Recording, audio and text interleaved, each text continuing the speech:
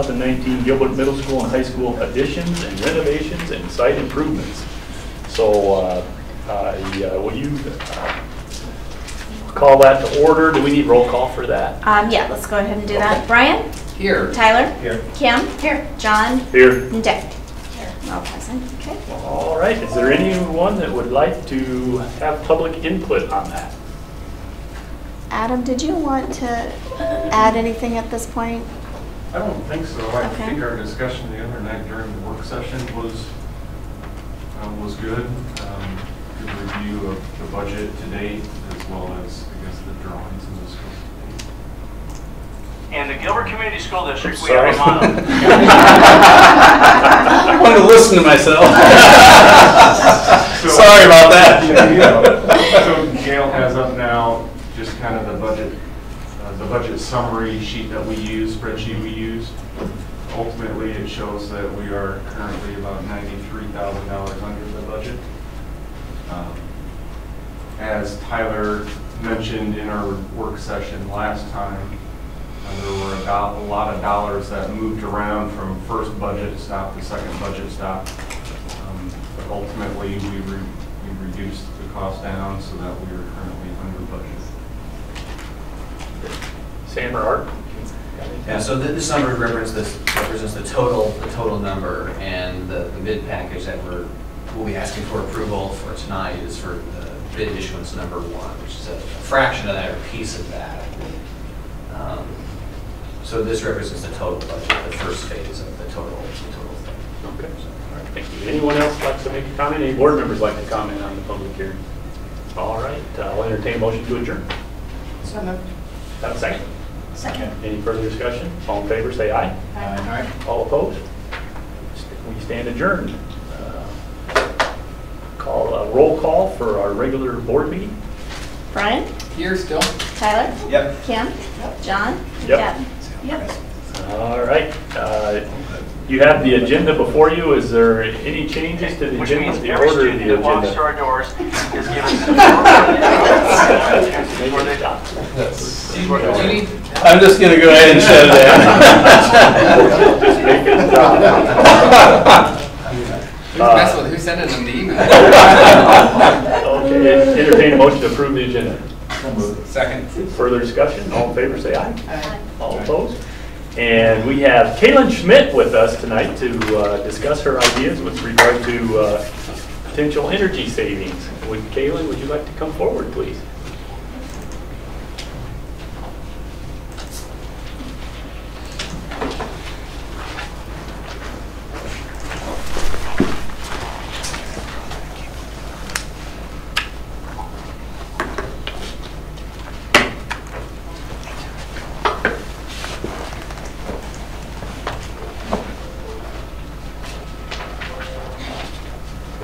Hi, I'm Kaylin Schmidt, and I'm a 7th grader at Gilbert Middle School.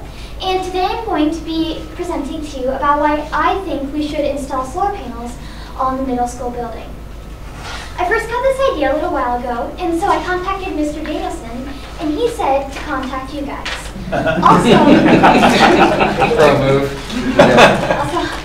Also, my mom gave me contacts for Mr. Ron Thompson, the director of the solar installation at the McFarland Clinic.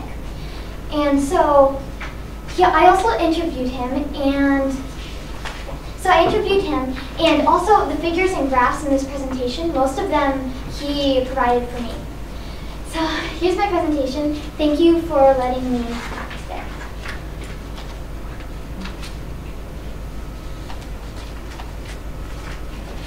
Facts about solar energy. Costs. For surplus energy produced per kilowatt hour hourly, City of Ames Electric pays 5 cents. Alliant Energy charges 12 cents per kilowatt hour. Grants, loans, and rebates. Types that are available are federal, state, and city rebates. Public schools are not eligible for rebates, but may apply for grants. Time to pay back. Typically, solar installations take about 7 years to pay for themselves. Pros and cons of solar power. The majority of the school day would be solar powered if we had a system similar to the clinic. Solar panels do not need cleaning because nature does it for free, so we wouldn't need a lot of maintenance. Once the solar panels are paid for, the energy produced by the solar panels becomes free, which is very cost effective. The new solar panels in the last 3 years have become more efficient than the clinic solar panels. 400 watts at the same size that used to produce only 220 watts. So now we can produce a lot more energy. This will come up soon, the solar panels on the clinic. Here are some cons for solar panels. Storage for solar power can be hard, and the clinic's solar panels don't have any storage because the current storage systems use acid batteries, which are bad for the environment, and it kind of goes against what solar panels are for. And also, they have safety concerns.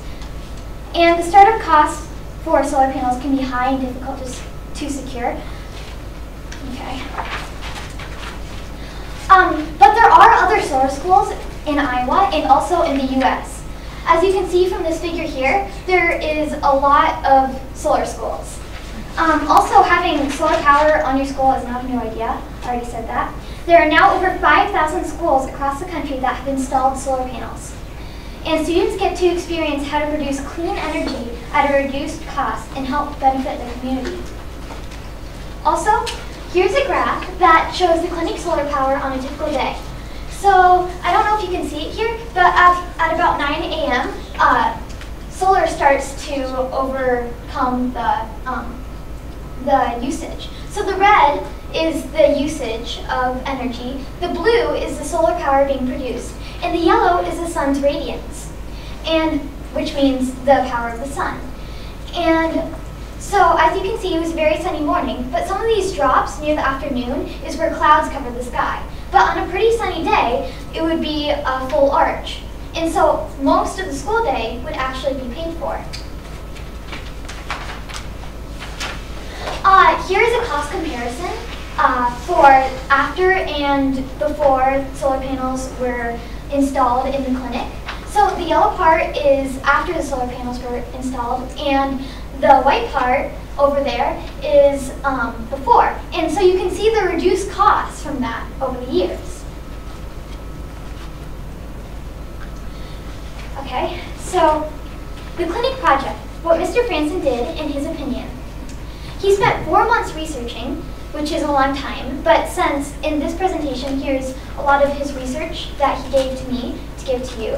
So he also searched for success stories and stories of installations that didn't work. He also looked at 9 vendor companies, though he narrowed out 3 because of their bad location. Like there's some in Texas, some in California, but those aren't close enough. I'm pretty sure there's one in Iowa that he chose. He completed 6 interviews, and he attended so many because he wanted to see if they're serious about customer service. And he wanted conservative / realistic estimate from the vendor on how much electricity would be produced. So he basically wanted to see if the vendor was just trying to sell their company or if they're actually telling the truth. Also, he applied for a grant for $200,000 at 0% interest for 48 months, which is quite a lot. And factoring in the grants and rebates, the overall cost of the system was $450K. Though we probably will have a smaller system at the school because at the clinic the power is running overnight because they're open overnight too. And also we can buy a smaller system if we want to. It took 3.5 weeks to install all the 990 solar panels on the school, and he believes they have had a positive effect so far. And he has no negative thoughts about them. Here is some overviews of the solar installation on the clinic. And right there, this is a diagram of the solar installation system. And here is some advice given to me by Mr. Franson. Don't overinvest. Find the sweet spot for the system size to optimize the return investment. He went for the conservative production estimate. And also, if you try to overproduce, you will lose money on the buyback side. He researched this a lot. Things to look for in vendor companies. Look for the best presentation in customer services. Also, what the clinic installation has. So they have 990 solar panels. We probably won't get that much. They produce 220 watts per panel under optimal conditions. So if it was sunny all day. And the company that he used also supplied a monitor of solar power. So it was a monitor system of the week, month, and daily graphs that showed pulling energy and producing energy from solar and stuff. Also, though the predicted solar panels would only produce 42% of the clinic's energy, it now produces 47%. So don't overestimate because you might be disappointed. And here are some examples of how solar panels could help build a better school environment. It could reduce electric costs, and also in Illinois, Grays Lake Community High School's budget, among others in the U.S., was balanced by solar energy. And so imagine if ours was balanced by solar energy, what it could do for the school board and the schools. Also, it could help the environment, good use of natural resources like sunlight, and reduce CO2 emissions, though we're probably looking for most cost-effective here. And also, it could be an educational experience for the kids to learn more about natural resources, economics, and energy production. And it would also establish the school as an energy innovator, so a good reputation. And so, I'd like to thank my parents, Jennifer Killian and Eric Schmidt, and Mr. Ron Franson. He was a very big help. These are my sources. And here are some of the solar terminologies. You can look in the back and read them if you want, if you didn't understand all these terminologies. Okay, so thank you for letting me present today, and I really hope you consider my opinion. Thank you.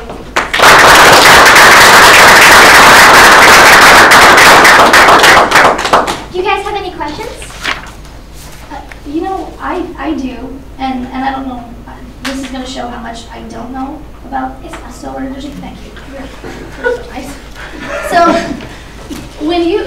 I think you mentioned the middle school, right? Yes. Putting it there. So would this only benefit the energy that we would use at the electricity at the middle school, or could we also store it and use it for other buildings that we have? Well, like I said, storage is very hard because it kind of, so they cost a lot, and especially so they have created new batteries recently that are lithium batteries, I think, and so these batteries aren't as bad for the environment and they aren't as dangerous, but they're really, really expensive. So I think it would be much, much more cost effective if you just did it for the middle school. So the building that has the panels, is you just using it as it generates it. Also, that brings up another point. Having solar panels on the ground is actually more effective than having them on the roof because installations on the roof are a lot more difficult and tedious, and also they cost more. And so you could probably save some money if you had them on the ground. Do you have any more questions? That was going to be mine, Caleb. Where would you put them? Definitely on the ground. Since you have a lot of area around the middle school, you could probably find some space to put it there. Any other questions? Can I just, so Kaylin came to me this spring and with quite a few things that we discussed. One of them was her passion for, this is not a school project, this is her own personal passion. And so she's very impressive. Going to be a future, leader of industry or something, I'm sure, but architect. I was thinking of politics. So nothing else, you probably have, Kaylin, some people who would give you a job offer in the future based on how you did on this. That was awesome. But this is truly just a passion of hers. We talked about several things. She got to this, and I just said, I don't make that decision. And some of these things I can decide. This really goes to the school board. She's like, oh, okay, I'll go to them then. And it didn't faze her. And I can't tell you how much I appreciate it because sometimes you're sitting here and you just don't have access to the same kind of information. So when you know something and you can share it, I mean, now we can take a look at the different things that we're doing with our building plan and maybe say, well, based on what Galen shared with me, maybe we have some other ideas to consider. So I appreciate you taking the time, and the PowerPoint was great because it really made it easy to follow. And now I can go back and look at it again, right? Check the math. You want to research some grants for us? I was just. There you go. If you want me to. Will you be here for the process? Because Seriously, Mr. Franson said they got a $200,000 grant. Yes, they did for the hospital. Also, Mr. Ron Franson, he will accept calls. The business card is on the slides of presentation. And so he was like the main director of this all. He actually came up for it with himself too. My mom just knew that someone had installed solar panels, so she found out who that was and she sent me to him. Also, I have some more information on here. It was just in case questions. But there are actually 5 other solar schools in Iowa. But in the neighboring states around Iowa, there's 5.8% of the schools in Illinois are actually solar powered. And so they have, if you go to, it should be on here on the sources. Dad, can you open it up and go to the sources? Because a source on here is the last one. So go to the last one. The last. The last one under websites. This one? Yes. So if he scrolls down, there's a map on here, go up. It should load. So you can click on the states and you can go in and you can learn information about the schools there. So if, we should wait for that to disappear. So why don't you click on one of the dots? This is the best part of my theory. Okay, and so you can't see it very well from here, but it shows information about the school and what they produced and what they installed. And so this was a very helpful website for this presentation, and I really enjoyed it. My dad also made me write like a whole bunch of just in case questions. He has, like, he got really nervous. Anyway, so did I. I'm not saying I didn't, but he did too. You're doing great. You can show it. Also, let me think. Oh yeah, so the McFarland Clinic, I don't know if I mentioned this in the presentation, but it had a 312 kilowatt system. And yeah, 312 kilowatt system. And what else? It actually reduced in the whole run, let me think. Yeah, it actually reduced the cost of their whole energy thing by $218,000. Wow. Yeah, 20,000 per year. Yes. What? 20,000 per year. It says 218. It was 20,000 per year. Okay. That's still a lot. That's still a lot. Yeah. That's still Well, Yeah, we take Very good. thank you so Thank much you for very much. coming Thank in. you That so was a much. marvelous Great presentation. job.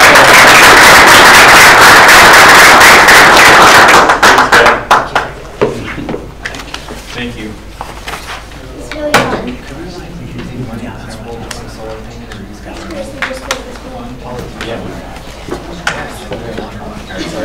Solar wash the money.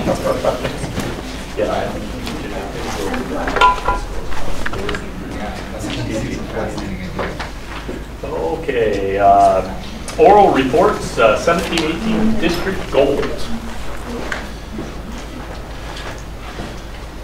Thanks for letting me come. Thank you so much. I think last time this was not red. It was on there, but it was not red. So this is the final of the 17-18 culture and continuous learning. So we have maybe bigger, sorry. I guess I just pulled up, I have right here, sorry, so like, I can't see it. Oh. No worries, I got this.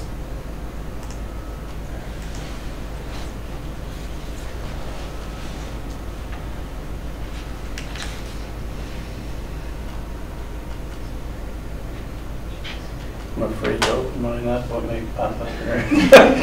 It's a good-looking guy in the video, though, I know that.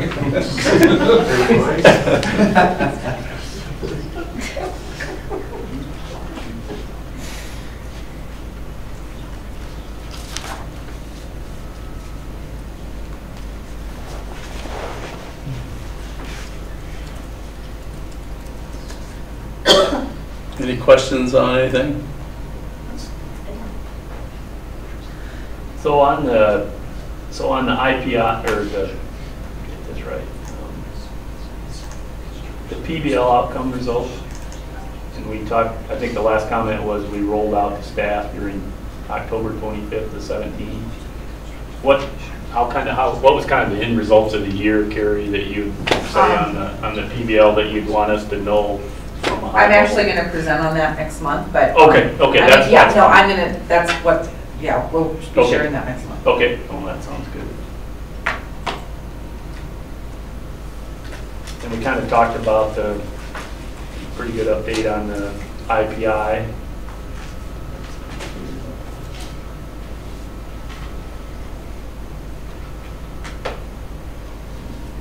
Great work. Any questions, any board members on that?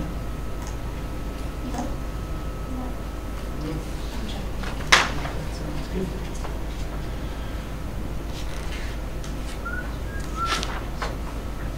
Administrator report. Administrative reports, I think, will be in the handbook section. Is that correct, administrators? So they'll give you an update. Just a couple things. I'm trying to think of what I have and haven't sent out to you. I got Hala and Story Construction back here. I believe that we are making progress or have made progress with CenturyLink, with the easement change south of the middle school. All the rigmarole has been going back and forth and back and forth. But I think the last conversation, Sam, that we'd had with CenturyLink was that was going to be moved, and I don't believe there was going to be a cost to the district. And that's bounced, you know, I think you guys have heard that. That's bounced back and forth. Let's see if there's anything else that I wanted to make sure that I shared. Yeah, go ahead. Just briefly, he did send the easement confirmation through today to me, and I was able to review that. And it's the same one we've been looking at in terms of staying close to that east side and then going down toward the south, and then staying really close to the south, tight to the right of way, which is along the southern border of the high school site, and then further continue west to the existing easement. So it's the same path of travel that we've been looking at for 18 months or so. Anyway, so he confirmed that today. That's what you asked me to review that final piece of documentation. Yep. So as we start to look at just not only our construction for the upcoming year, but in the future, that should open things up if there needs another phase or something like that. But again, that was a hassle kind of to get that all taken care of, and hopefully we've got that solidified. The flags that are there, those mark where the current utilities are at then?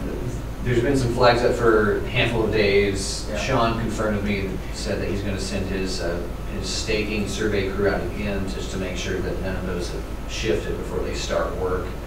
And they're anticipating starting work even this week. And then that's right.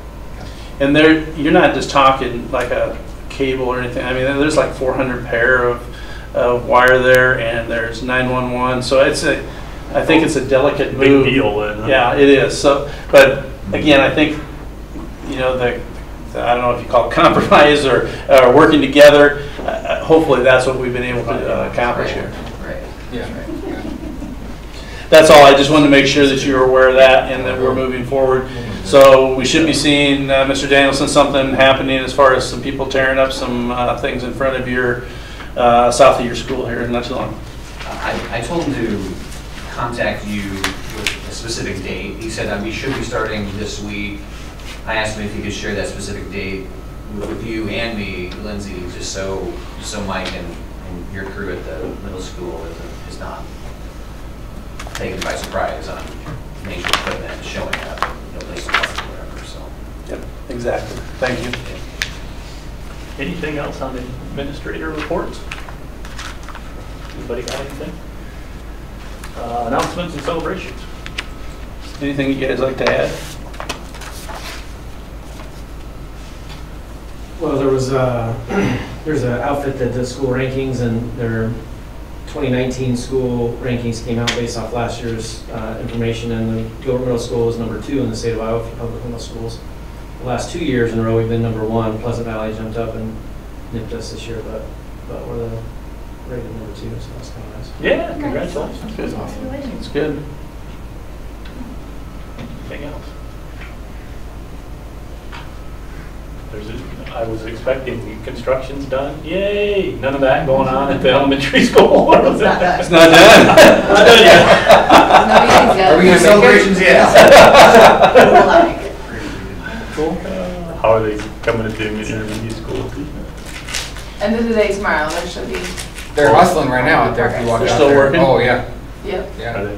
Trying to get all that glass in before tonight, yeah. Same in Stacy's building, they're looking for some glass. If some glass would show up, it would be pretty good. That's Don't you what think, we're Stacy? missing, huh?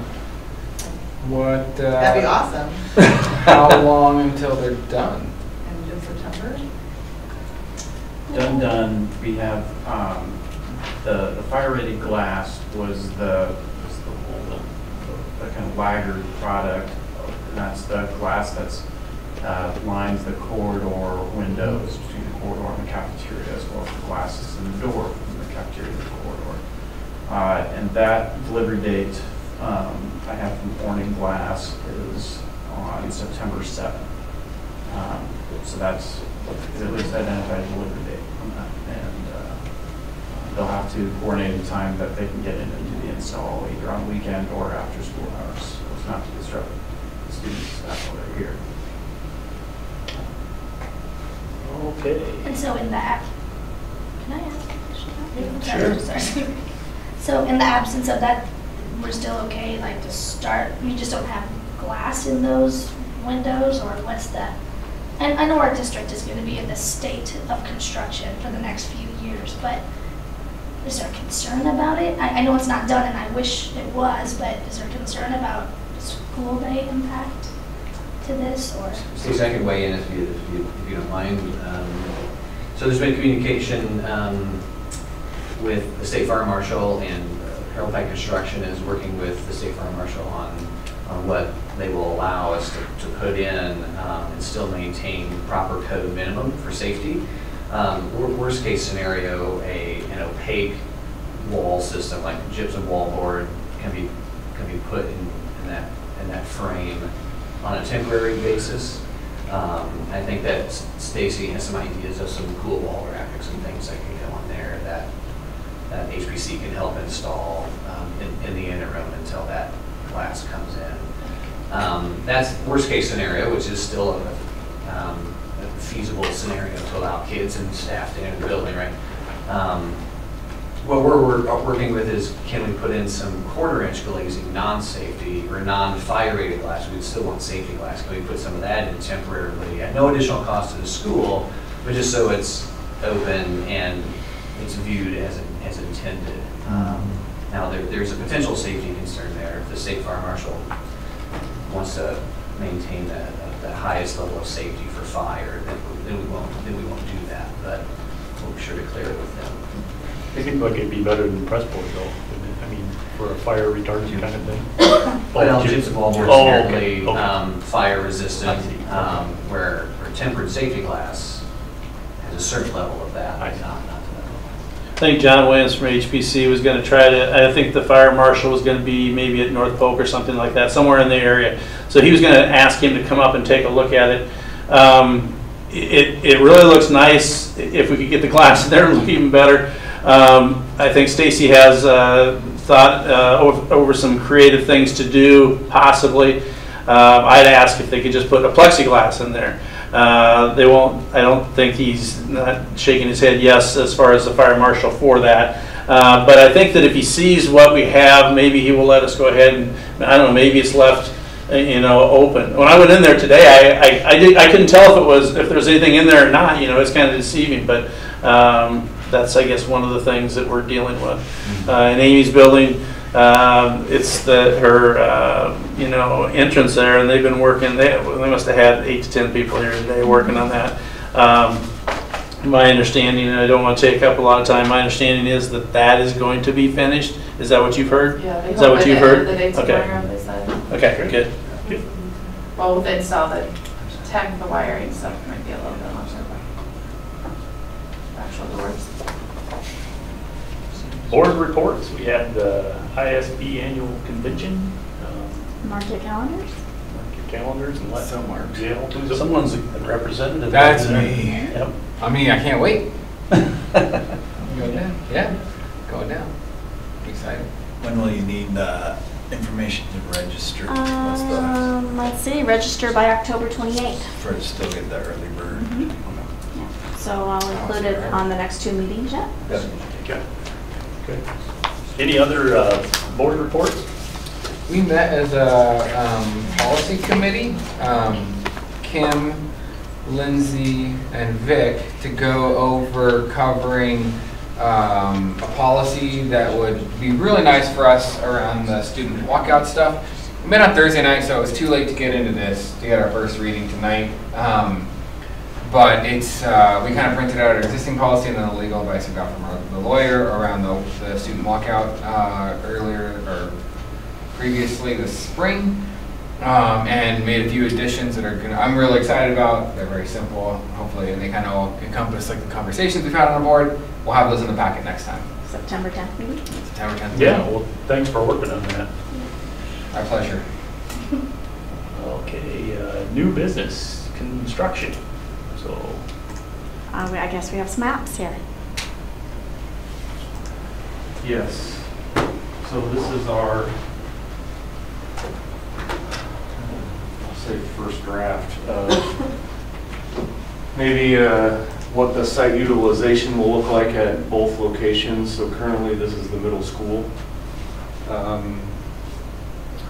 With the construction happening here and then ultimately in the major drop-off spot, we tried to define and try to get some information out in front of people early. This is what we anticipate. So the dotted line is would be a fence line that would separate the public from our construction site. We would anticipate cars would come in and drop off, and we would have to restripe the existing parking lot to make the flow of traffic work. They could drop off in this zone here. The kids could walk down and still access the main sidewalk into the building here.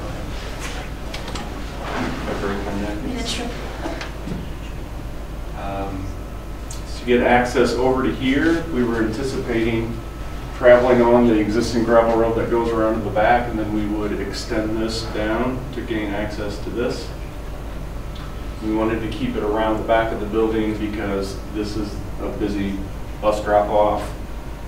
The main road out here is really busy as well, and the grade change from the road down to this side is fairly steep, so trying to get materials into that would be difficult. We would, and we can confirm areas for construction parking. If there are spots on the hard surface, that's fine. If there aren't, we can create an area out here that we can gravel or make acceptable for parking cars on. Mike, does that have your? And when would you anticipate that to be? So, yeah, we would come in and start demo in the month of October.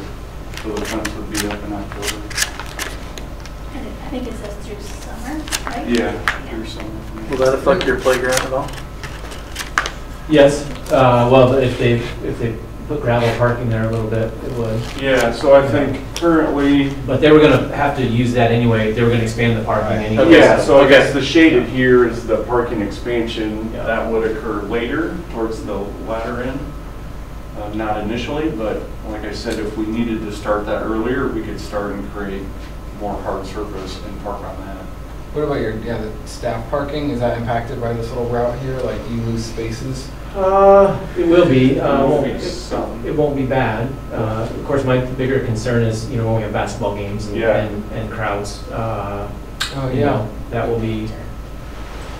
And Tim and I were just talking about it. Could we get creative with maybe having fewer games there and more games here in this building or something? I don't know, but.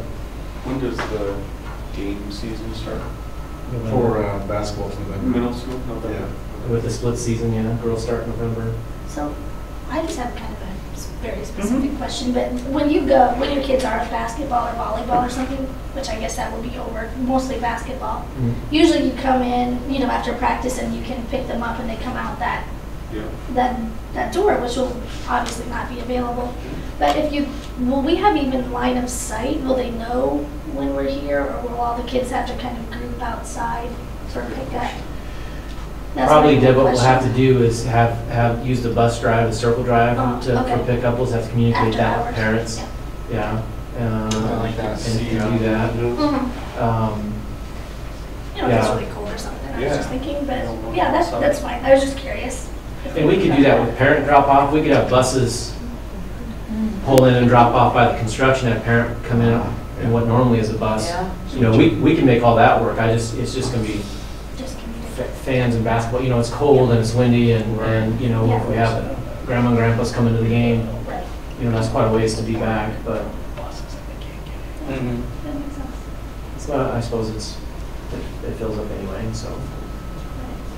Another note on safety, with the, that door that you're talking about, it's a emergency egress door for the gymnasium.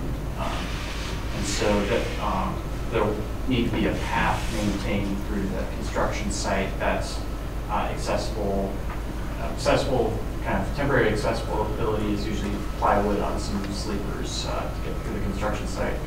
And then if it's ever inside an addition, there'll be some kind of overhead protection. But that would be only in the case of emergency, not a place for students and staff to kind of come and go as they please. Adam, one of the things that the board had talked about, and I think you were here when they were talking about it, that we want to get this out to people so they know. But I just heard Mike, maybe mention an alternative or something like that. We were talking about is it a week from today, we have our first meeting with our staff and trying to, put some things out. I guess my question is, do we want to put this information out, or do you guys want to talk about some alternatives? What would you like to do here? If we're going to use what normally is a bus and the buses come in off the side, I got to talk to Bruce about that and just make sure he's, that's doable and what kind of issues that presents. All right. So the good news is we have a little bit of time, we're not talking until October, so I'll talk to Bruce and we'll make sure we communicate it well to parents. I'll just wait until I hear back from you guys then. Silly question on that. That's for like school hours, you're saying? For the parent drop off? The morning and afternoon. Do you want people making a left-hand turn on the people ripping in on Matthews going in? Yeah, that's true. I don't know, I'm not a traffic expert. I'm just saying there's some excited people to get to school on time sometimes. I just was thinking that way as a parent, when you drop your kid off, you could actually see. Yeah. See the door, see where they're going. Or for pickup time too, that you could line of sight. But that's a good point. Will it just be a fence or? It'll be a chain link fence. We need Brian Anderson out there with a vest and a sign across the yard. I'll do it. Let's go. Do I get a whistle? I'm just wondering. I'll make it work. Bus is going to jump out in that space. So for tonight, you've got 2 months basically to come up with a plan, and what we talked about, you were on the video, but I think in addition to the parents and all of the stakeholders of the middle school website, so that it's crystal clear. Right, for people who don't have students but use the gym. Sooner rather than later. Over dropoff.com? All right, well, Mike and I will stay in touch and we'll keep this updated. High school? So high school. Well, we'll coordinate that schedule, because if we do use the gyms here, then that probably impacts some other folks that might be using those for intramurals or We'll look at it. Do the best we can. It's going to be inconvenient for, no matter what, but we'll try to minimize that the best we can.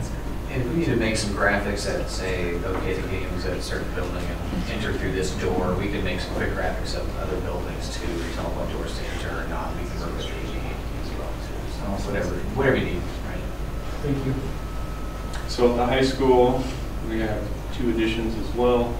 The VOTEC and Art Room edition on the left side of the drawing here. Again, the black dotted line is the fence. We would access off of the parking lot road. We also thought about accessing off of the road 2nd Street in Pierce that goes by the fire station.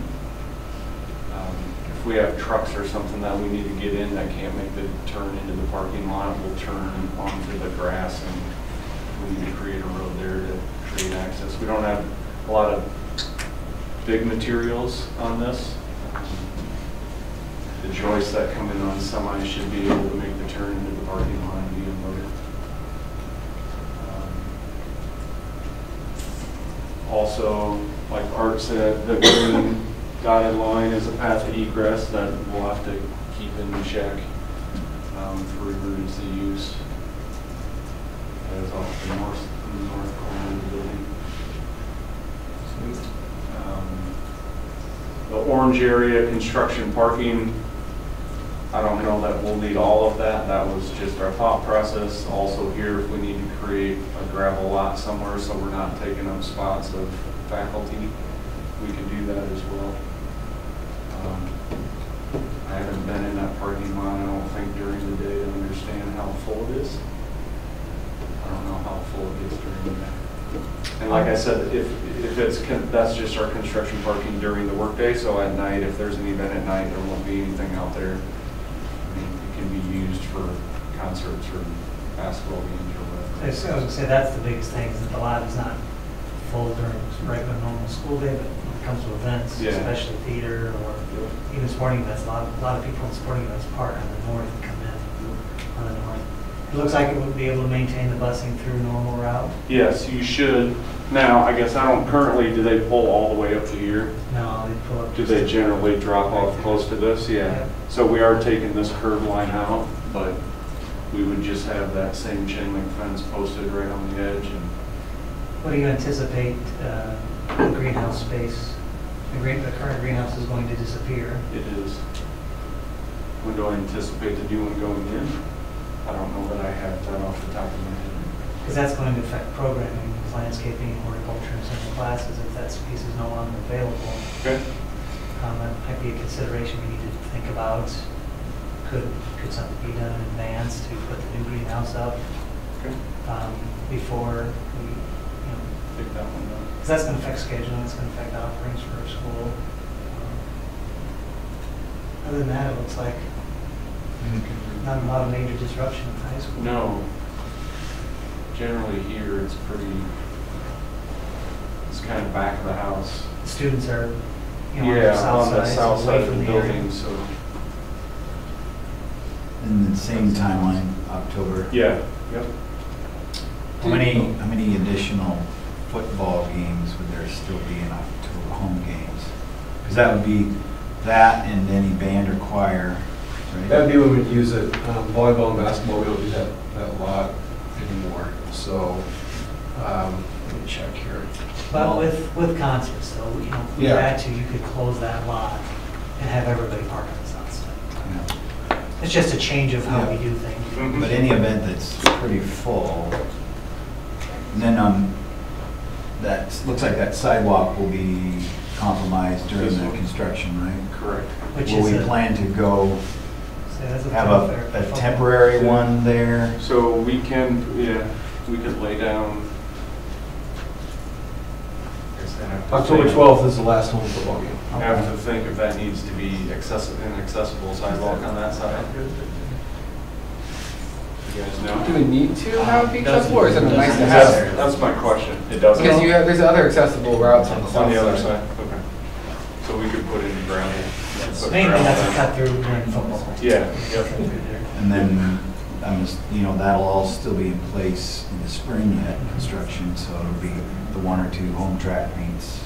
But we still are trying to use just that south lot. It should be, buses will come in on the north lot, but we generally have parking on the south lot. Silly question, City of Gilbert just approved the TIF stuff for that other construction stuff on the north, I guess it'd be like the northeast side here of this. When does that start? Do they know? Okay. From my understanding was that, like with the new addition of the band and the shop area, that it wasn't going to be any disruption to classes, that construction would continue. Right, so ultimately it'll start and everything will be outside. There will be some period where we need to make the connections into the building, and we'll just have to coordinate that with band teacher, you, whoever else. Tim, from an activity standpoint, do you see any issues or things that you want to bring up there? You No, okay? If we're okay for October 12th, that's the last home football game, then we're good. I've got to have that parking lot as successful as I can during that time. Otherwise, it's not going to affect me.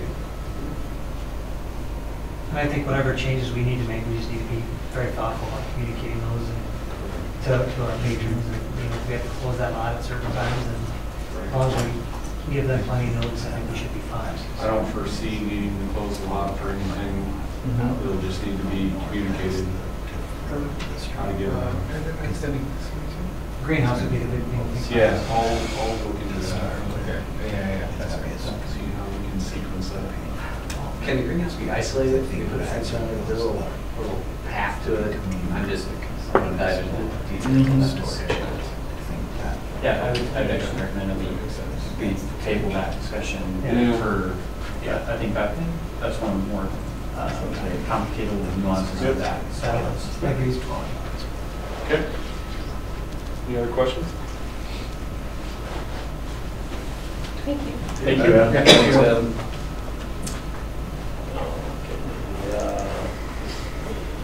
Any other items on the construction? Just again, the reiteration of the importance of communication. So whatever you can provide to the staff next Monday, and then whatever we can put up on the website to just let everybody know, okay, here's the status, here's what we've now gone through, approved, putting out for bid, just to give stakeholders. Yeah. Do you have those graphics? Is there a copy of the graphic in Dropbox? In the Dropbox, yes. Adam, would it be okay if we use those graphics on the website? That's good. That was the intention, I think, after Mike and I talk, and Dick and I need to talk. If I And you can said get your those meeting once is you're done. next, when's your On first Monday? and the staff? Okay. We'll get something to you before Friday. Perfect. That's great. Yeah, thanks for putting that together. I also have get it pretty in an much email. Do you want me to forward my email that Sam sent me an email this afternoon with the graphics? Is it, you want me to forward that? Will anything change? Do you anticipate? It sounds like Maybe we should might just wait. do a couple Wait, of wait, Let's just okay. wait and see for sure. Okay. Perfect. We have a contract there, continuous district with the route buses and allowing same by neighboring districts. I'd entertain a motion to approve that. So moved. Do I have a second? Second. Any further discussion? All in favor, say aye. Aye. All opposed, stands approved. We have a considered agreement regarding transportation of IEP open enroll students, and these are all repeat contracts, so entertain a motion to approve that. So moved. Do I have a second? Second. Any further discussion? All in favor, say aye. Aye. We have considered and approved the 2018-19 DMAX Drive Academy agreement. Is this a new one? This is a repeat from last year. Same student, just another year older, I guess. Okay, entertain a motion to approve that. So moved. Do I have a second? Second. Any further discussion? All in favor, say aye. Aye. All opposed? Stands approved. Handbooks. What do you want to talk about there? Who gets to start out? Okay. So there's not significant changes at the elementary. On page 4 in our lunch, due to the fact that our lunchroom is significantly smaller, we have just added that parents realize that that may be limited. So if they call ahead, there may not be if you don't call ahead, there might not be a spot for you. Since we have a lot of visitors sometimes. On page 10, social media, and this is something that Amy and I have worked on together just in light of some of the conversations we had with some students last year and some parents last year. We have added a couple pieces to our social media in that we will have a release form that parents will sign that says it's okay for their child's picture. This is separate than district things. So we have a district permission already that just comes during registration. This is when that class teacher has a closed Facebook group or a closed Twitter group, and that's how they communicate with parents about things that are happening in the classroom. We're just asking parents to sign that they're okay with that happening and that they realize that that's happening ultimately. And then we are also adding that it is okay that we email information to parents outside of just the general, like here's a newsletter or here's something I'm sending to everybody, but if there's a specific behavior or academic concern or even celebration that their parents are okay that they get that via email. I wonder if we should talk to council just to make sure that if it would be a good idea or a bad idea to say that those emails aren't secure. That would be my only question. So that we would make part of the disclosure as I understand that if I have information that I want to keep confidential, here's how I do that. You know, that next step but I think we would want to go with, you know, council recommendation on that.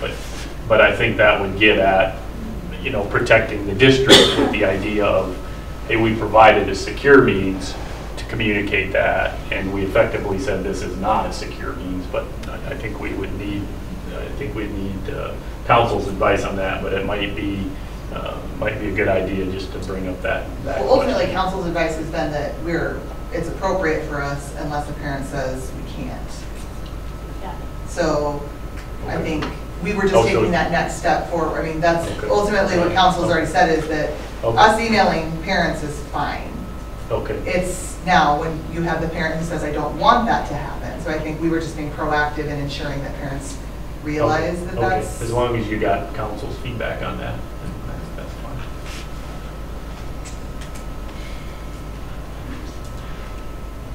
And let's see, oh, okay, and then one of the things that at the elementary we've done the ALICE training with students and staff. What we had not done is what I would call more of an intruder drill, and I don't necessarily intend to do what the high school or middle school had done, but we did add that we would do alternate exit drills is basically what we would call them, and then as part of that training.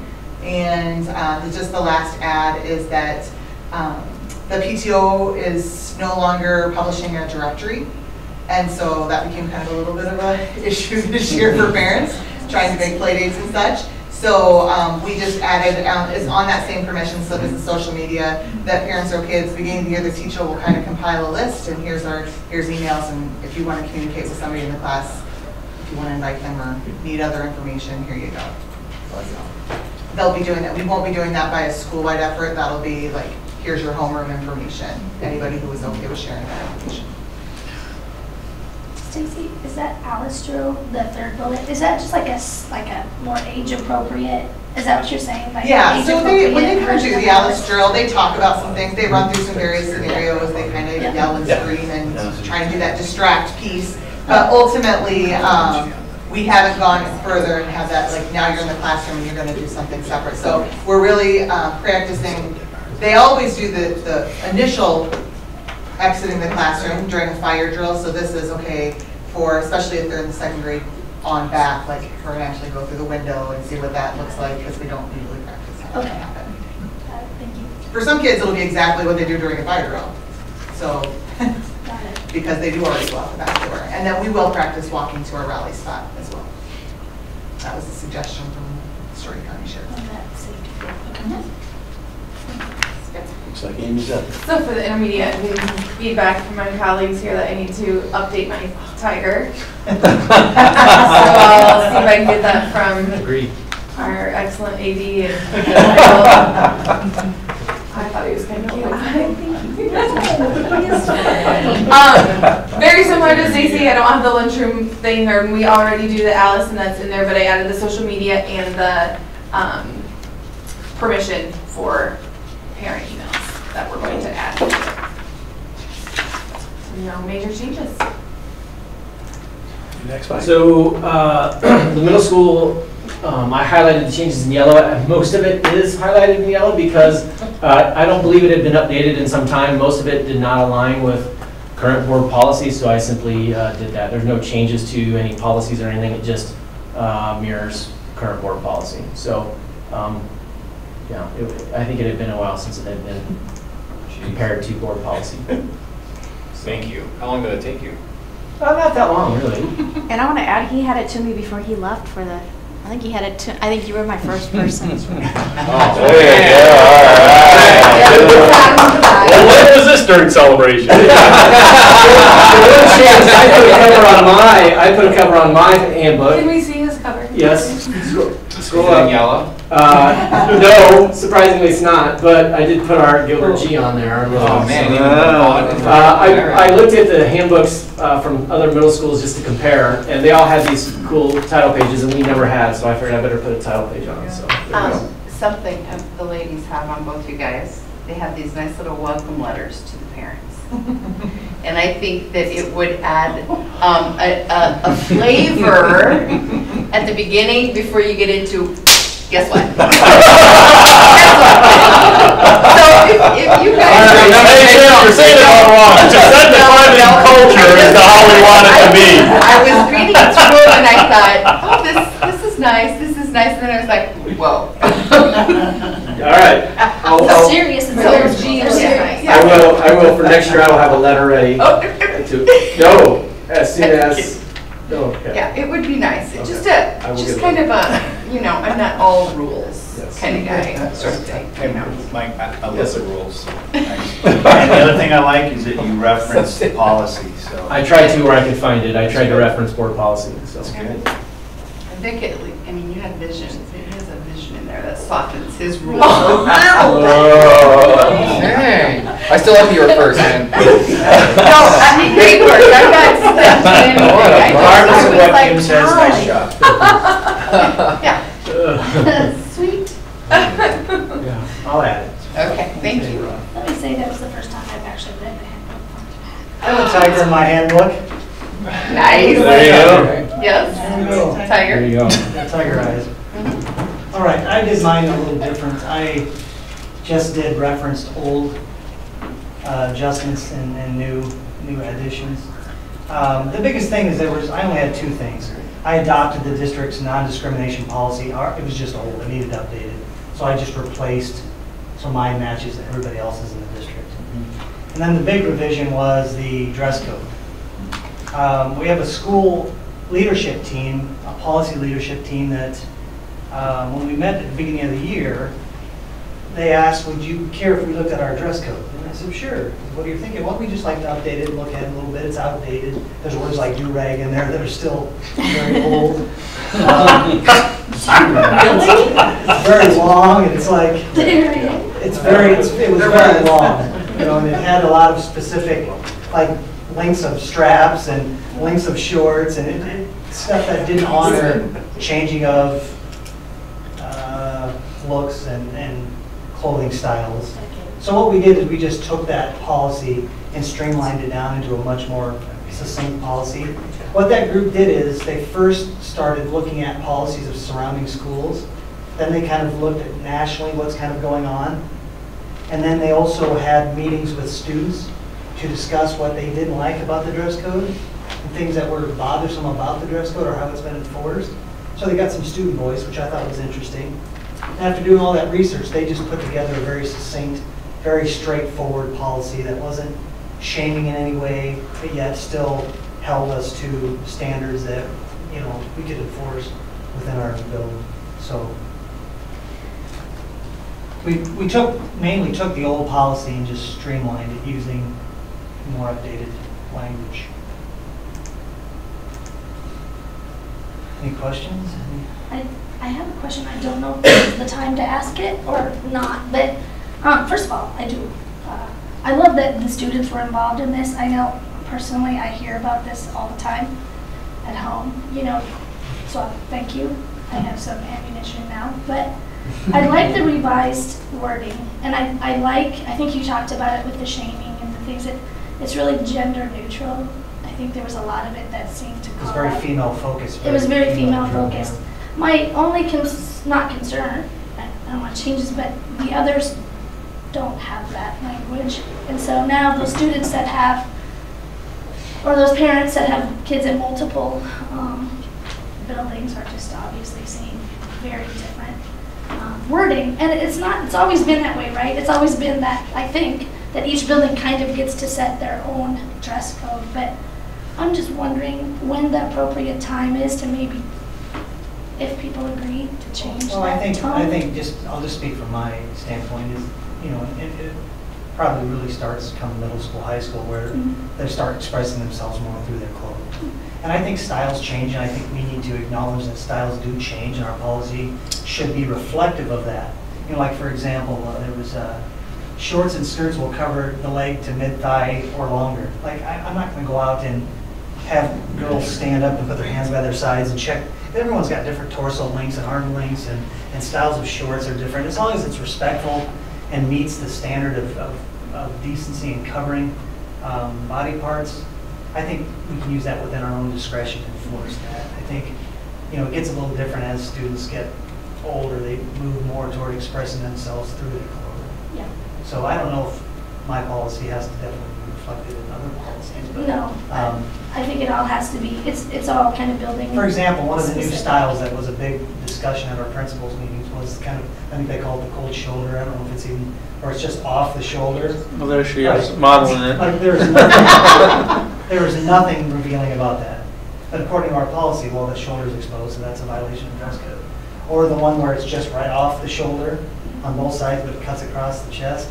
There's nothing revealing there, but according to our old policy, that would be a violation of policy. There's nothing there that's revealing or out of line with normal style. I think it took away a little bit of the female focus and made it more toward a policy that could be reflected in everyone.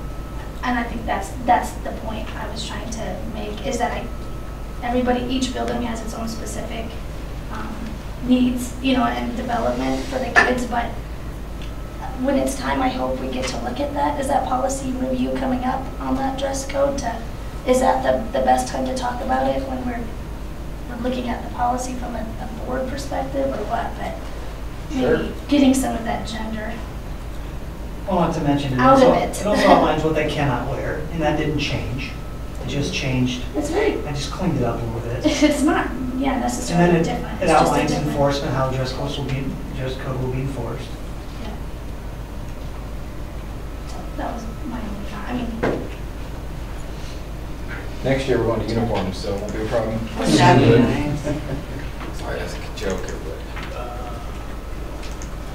And the employee handbook, there's a change on page 13. It also should have a welcome letter. I'm sure it will. By the superintendent. Well, you should have to do it too, right? In tonight's, we're having a first reading, but health and safety is no longer required to have an employment physical.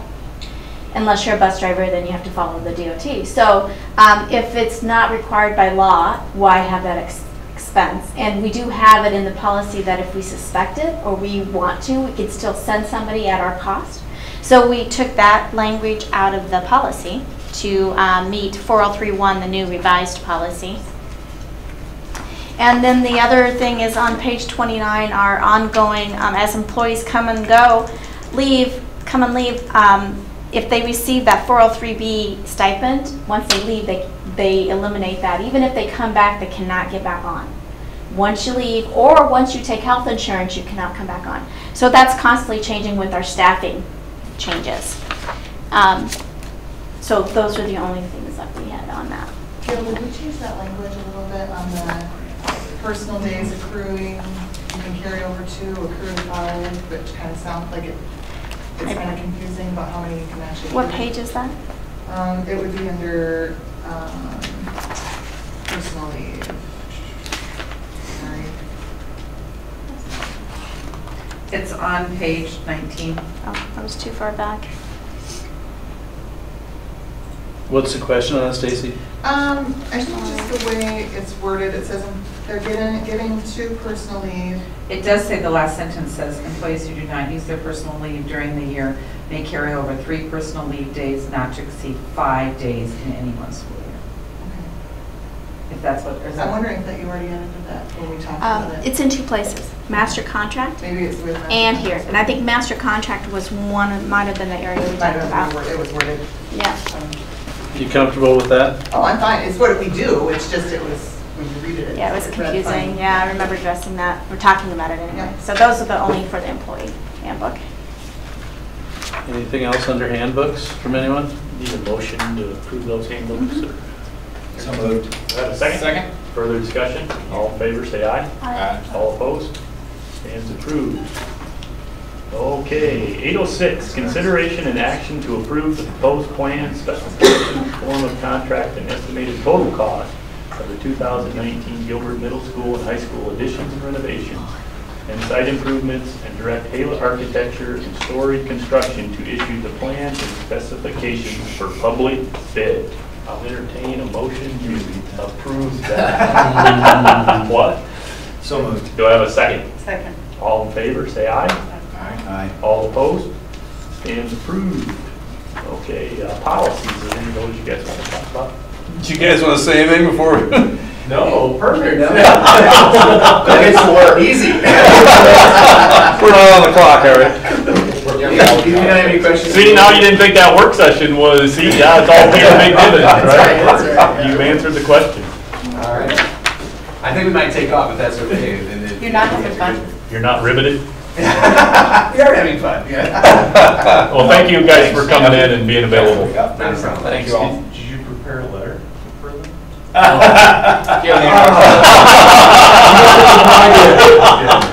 No, there's no formal letter. There is a stack of drawings up there. If you want to- Sorry, do those stay here or do you take them with you? We're going to take them with us just because we're kind of making updates for the final set to go out on the 16th. It's the streets on the 16th. So you just tease it there after the meeting starts and you take it away before it ends. It's like, that looks cool. If you had somebody in the crowd for the public hearing, Got it. if they wanted to see plans and spec. Next time maybe we can throw one for every board member. Just kidding. The low, low price of. Yeah, I don't know what this costs to make. No, thanks, guys. Please take them. We can't afford them. Thank you, gentlemen. Thanks, gentlemen. Yeah, thank you all. Let's take a look at the policy. Is that, you ready for that one, John? You bet. Okay. You bet. 103, this is the one that, well, you're gonna have to get a little bigger for my eyes. Sorry. This is the one that I think Deb referred to when we first started talking about the goals, and what we did was we kind of talked about the goals, and then they were talking about a change in the policy.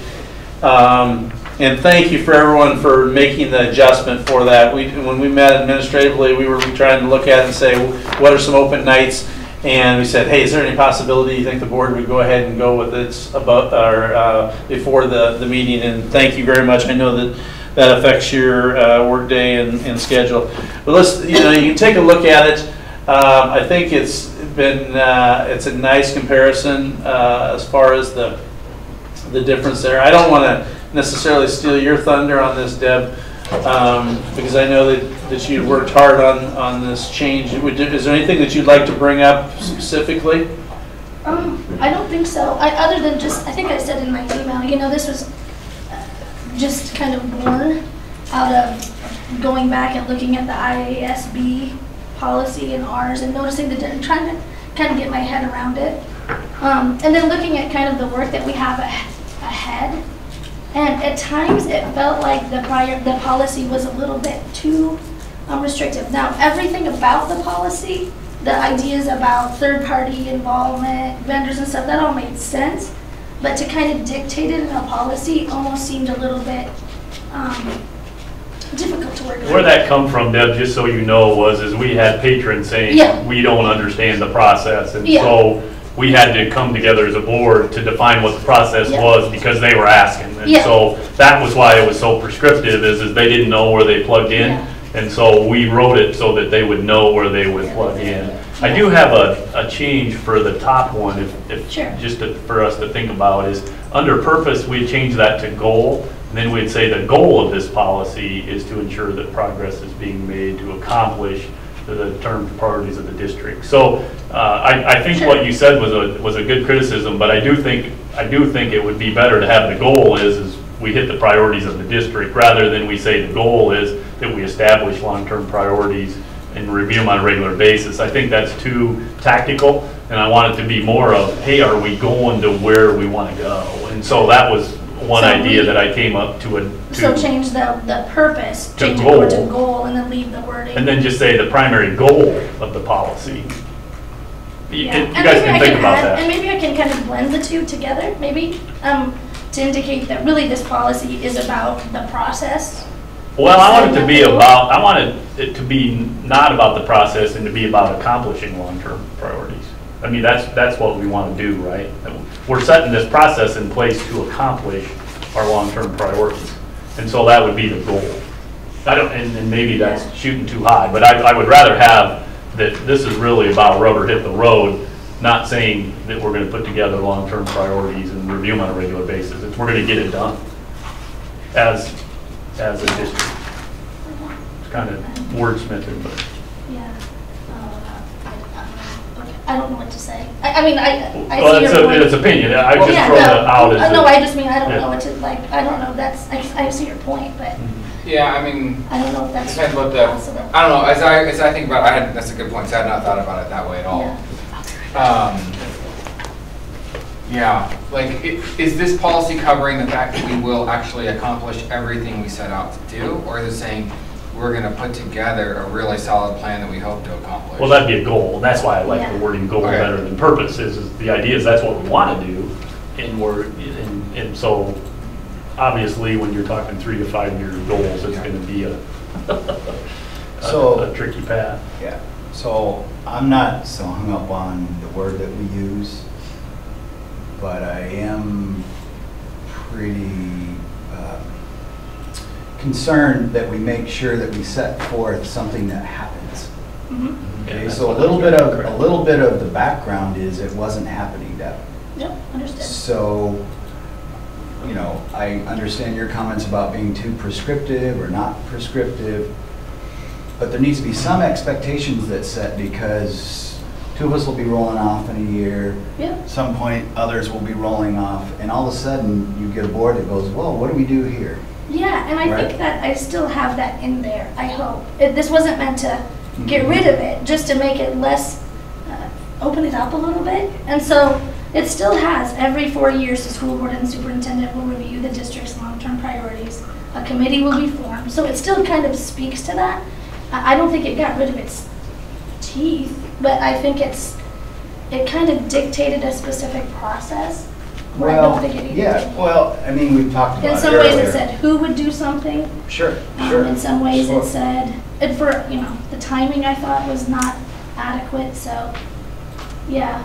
I'm sorry, I'm not trying to, this is your feedback, and I want to put it in there, but I hope that it didn't come off as, this is now kind of just wishy-washy, because that wasn't my intention. From my viewpoint, and that's just my 7 years on the board, is from when I started, we're still trying to figure out what this rhythm is. Yeah. We still have issues with, we call these a priority, we call this a long-term goal, we call this a short-term goal. And so, quite honestly, whatever it is, let's get it documented, let's agree to it, let's align, and let's go. Okay? And so the reason that had some specifics in there is because, again, we've talked about this tonight several different times throughout the conversation, is third parties can come in and provide some outside viewpoint. Third parties can provide some continuity. And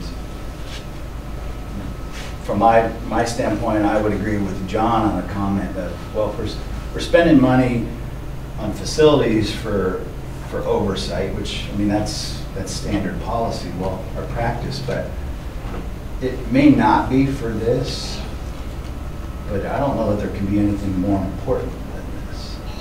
I don't, there was never, this does not replace discussions and agreements that should happen at the board table about next 4 years comes up. We go through this process again, or whoever's on the board goes through this process again. It's not to say that at that time, given the goals provided or whatever, that the board doesn't say, hey guys, absolutely, we need third party consultant And involved in after there, seven, so. so all I'm I think telling it should you, be all I'm a- telling you after 7 years is I'm saying it, we should. Yeah. And we just do it as a matter of every 4 years for our strategic planning at the bank. We bring in a third party and we pick a different one usually. But we make that part of our practice to make sure that we have somebody that's in other arenas just to make us think outside the box. That's really why. So I mean, I do think that it provides us with a good process to really more to make it a priority, because if we're paying someone to come in here and help us with it, then you'll keep moving on it, and it provides a little more momentum, I guess. It was is why. that part was different than the ISB version. Yeah. So other districts don't do that. No. They don't Understood. dictate it in policy. I'm not Right. saying they don't do it. Right. And I'm also not saying it's a bad idea, but they don't. But I think it's a good It's different to point put of it in discussion. policy. My question would be, John, does that person or does that third party come in as your first step?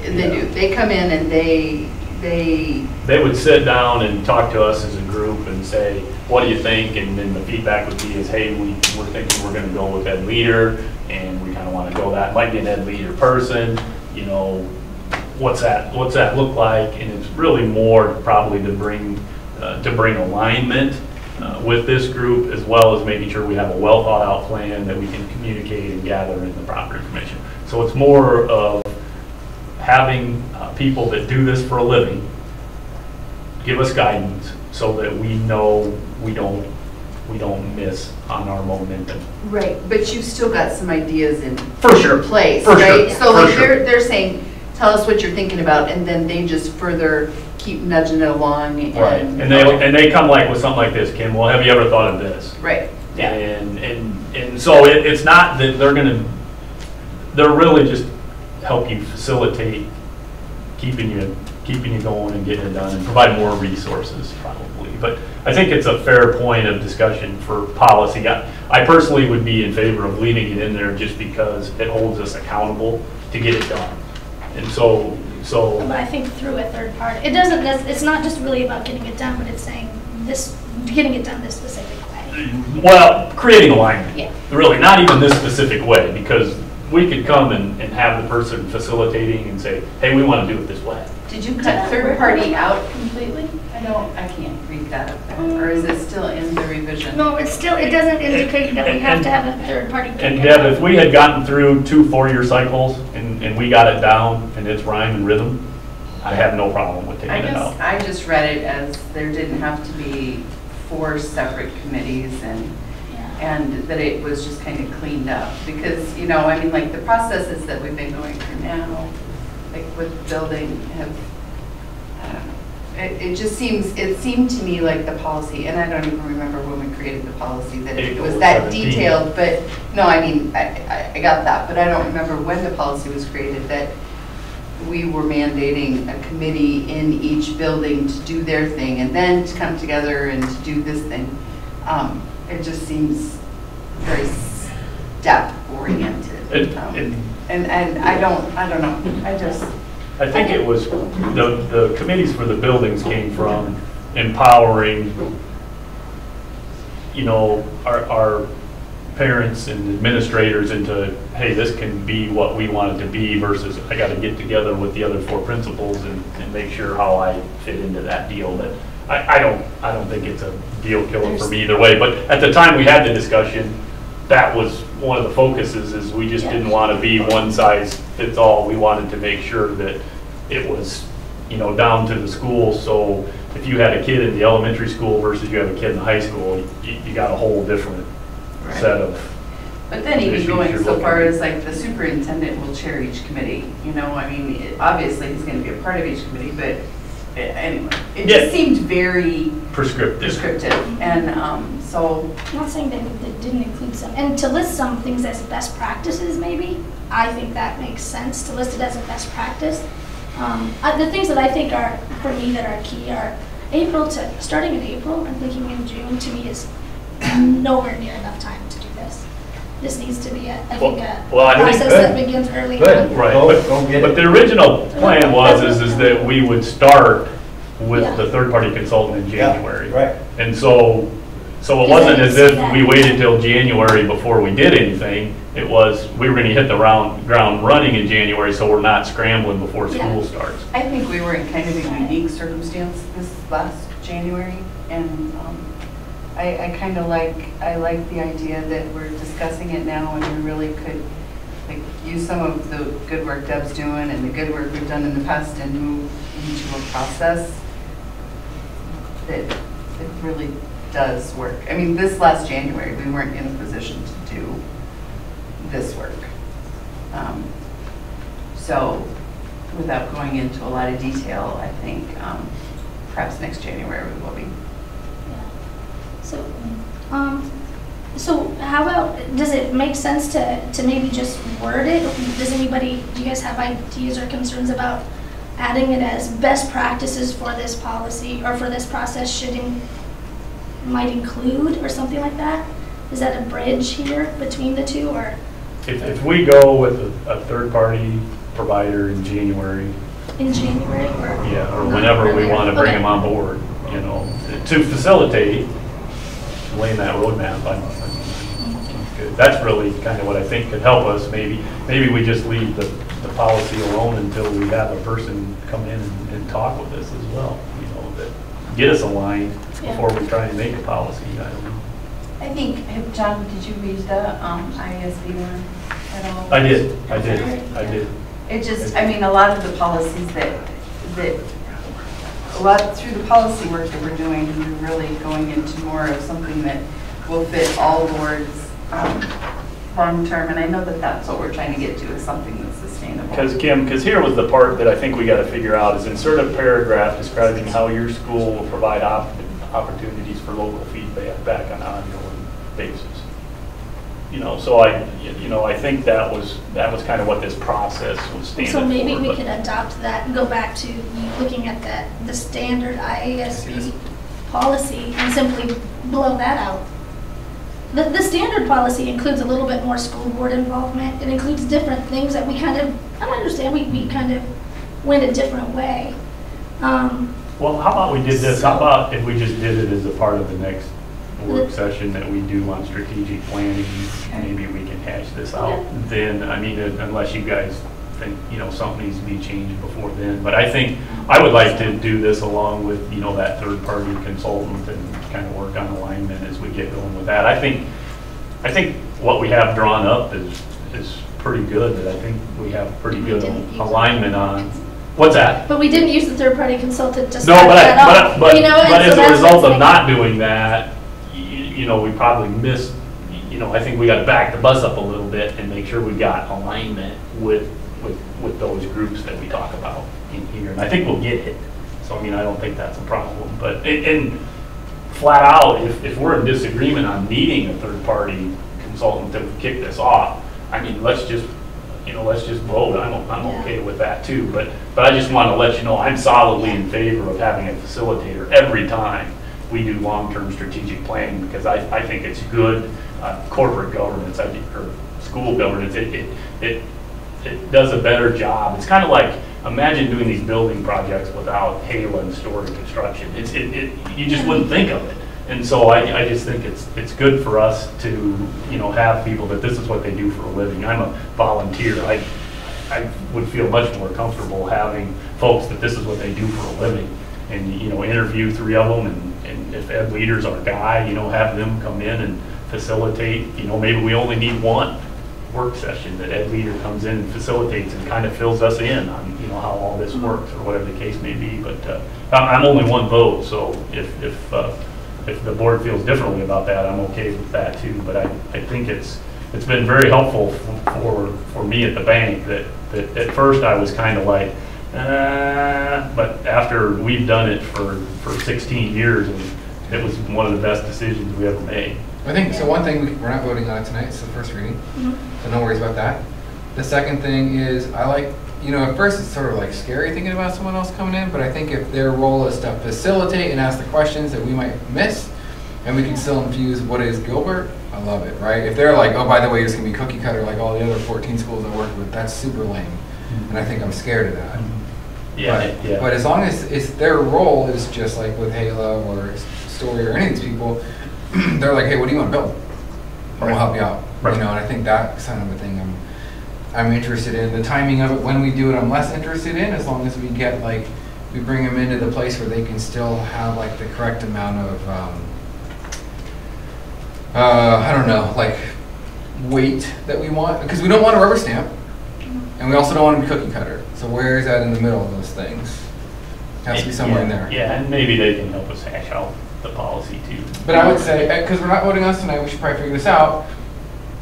If we want a third-party person in there, we better put it in the policy. Because the moment we put into best practices, it has no weight anymore. It's just like, hey, these are fun suggestions. And I think it's not that I have any real concerns about third party. It's I think I wanted to be a little less specific about calling it out as the first step. And I understand too, not wanting to back up the bus, but boy, you talk about an arduous process when you come blank slate. And I don't mean blank slate. So I think that there's pre-work that needs to be done. I'm okay. I'm okay Yeah. with not coming in blank slate. I think that's foolishness. Okay. So I mean, we're in alignment there. Okay. But I think we're getting to the point Yeah. where we need to bring that person on board and start laying this out. Because I think we have enough with pretty good detail with the group we want to go with, most likely. So I mean, I think we're getting close to that point, so I'm a little hesitant to say, gosh, let's not do that. I think we should.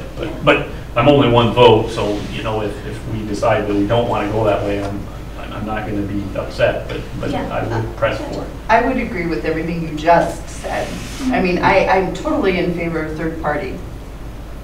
But where I struggled was with it being like dictated, we bring them in first. No. Because I feel like there's so much homework and so much groundwork that can be done to give them meat to chew on, right? No, I think we're kind of And- close. I and- mean, and what I mean, Kim, would just kind of be in the first quarter, not the third.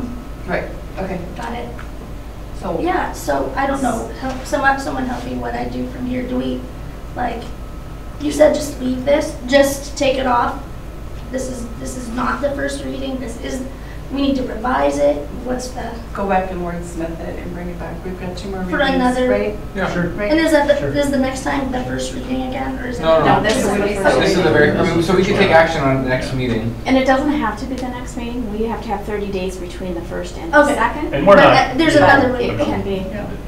Yeah, no, that's fine. We can take another, I appreciate the feedback from it. You know, like I said, I came at it and I was looking at these 2 policies and I was like, yeah, how do you make sense of this? And how do you allow enough flexibility to allow maybe different approach to something? Right, and once we've done it a couple times, then I'm much more comfortable with the flexibility, because then we're in the groove and everybody knows how it works. But until we get it done once, I'm probably going to err to the more prescriptive than less.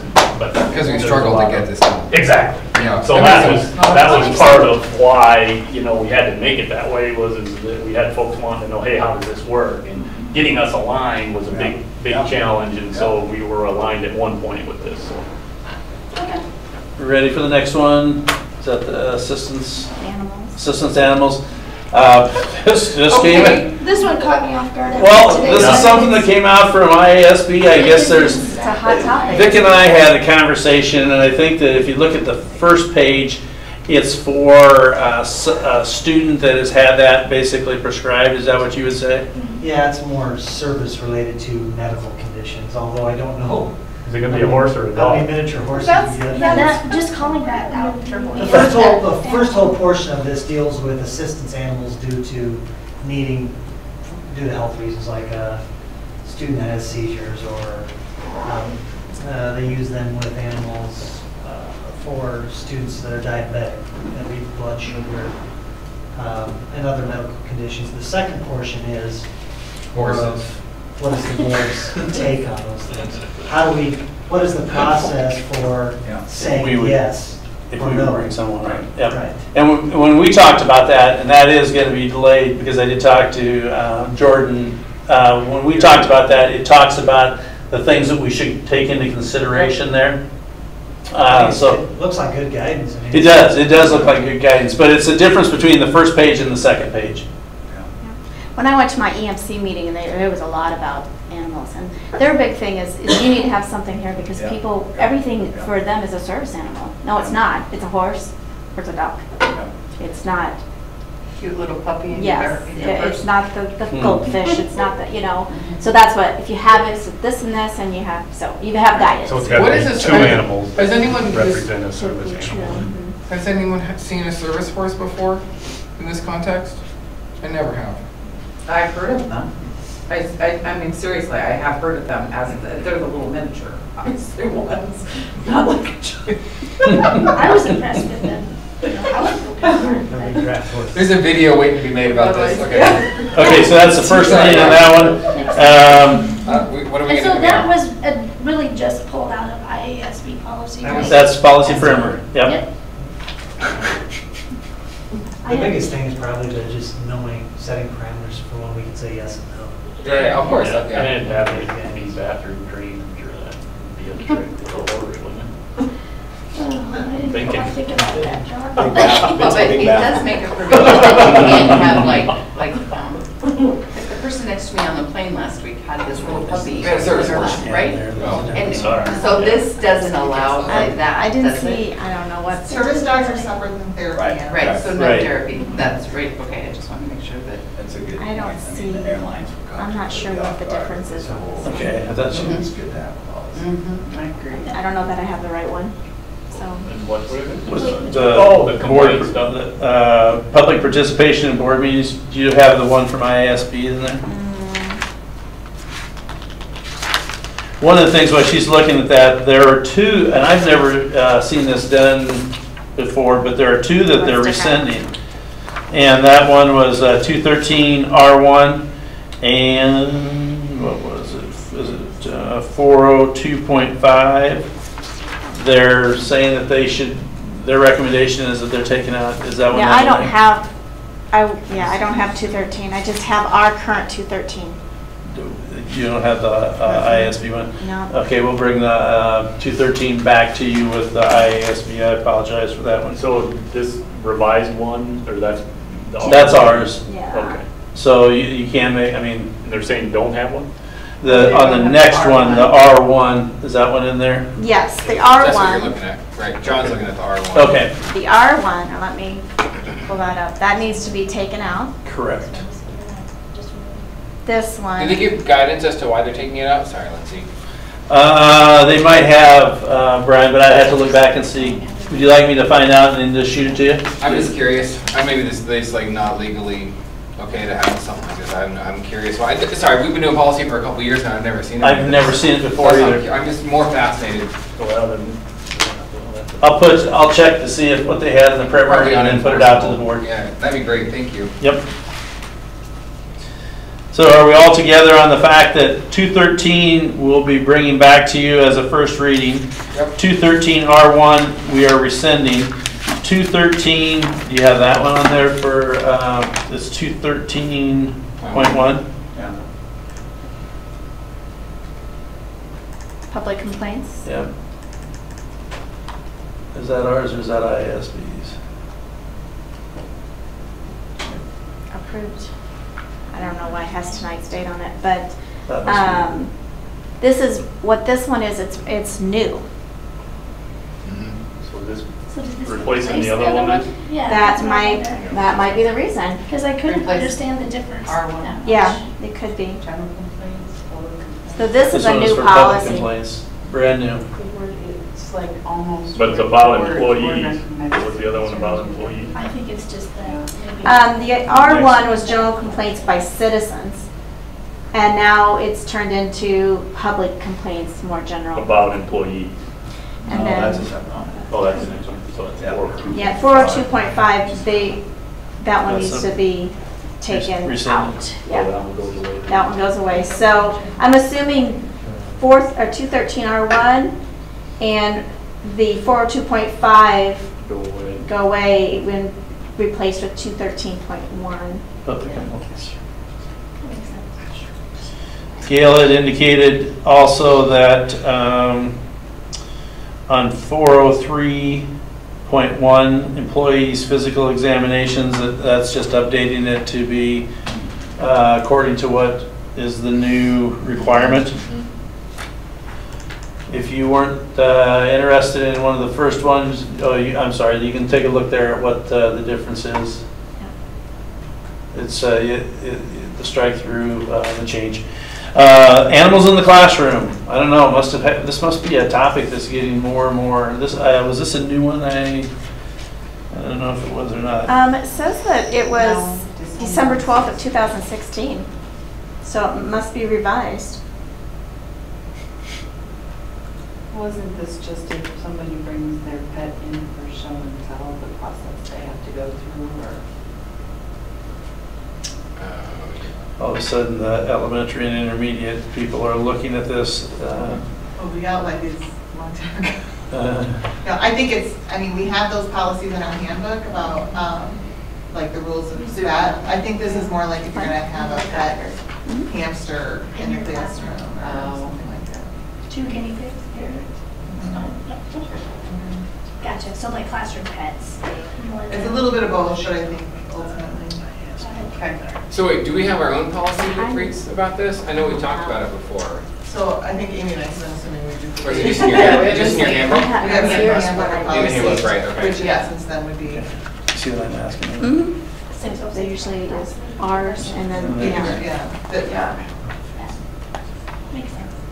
It's not saying can't, it's just basically. It's up to your, contact information. it's up to your discretion as principals. Okay. I'm stuck on miniature horses. No miniature horses. Any other policy changes you guys want to talk about? There's one more, isn't there? The purchasing. You want to go to 705.1?